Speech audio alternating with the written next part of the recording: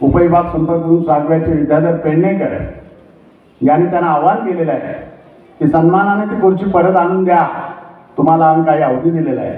आज विनायकराव साहेब व्यासपीठावर आहेत. ज्या दिवशी शिवसैनिक पेटून उठतील घरावर हल्ला केला जाईल, शिवसेनेची खुर्ची उचलून पुन्हा आणली जाईल.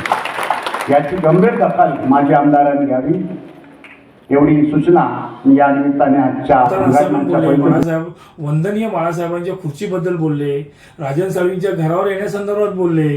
पण त्यांना नकाशे साहेबांना हे माहीत नाही आहे कधी राजन साळवींनी तळागाळातून पक्षवाढीसाठी गाव वस्तीवर जाऊन पक्ष वाढवला आणि त्यांनी वेळ प्रसंगी पक्षावर अडचणीच्या काळामध्ये असता त्यांच्या पाठी लागले असताना राजन साळवींच्या पाठी लागल्या असता स्वतःवर केसेस घेतल्या, कुटुंबावर केसेस घेतल्या.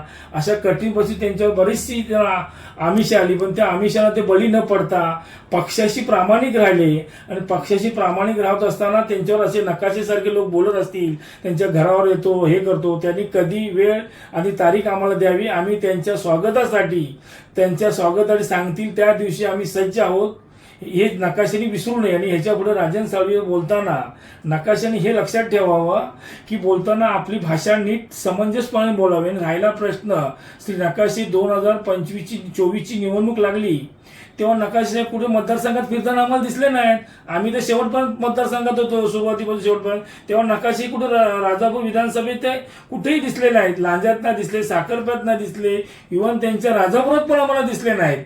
तर नकाशे कुठे कुठे ह्या त्यांचा बोलविता दुसरा तर कोण नाही आहे ना.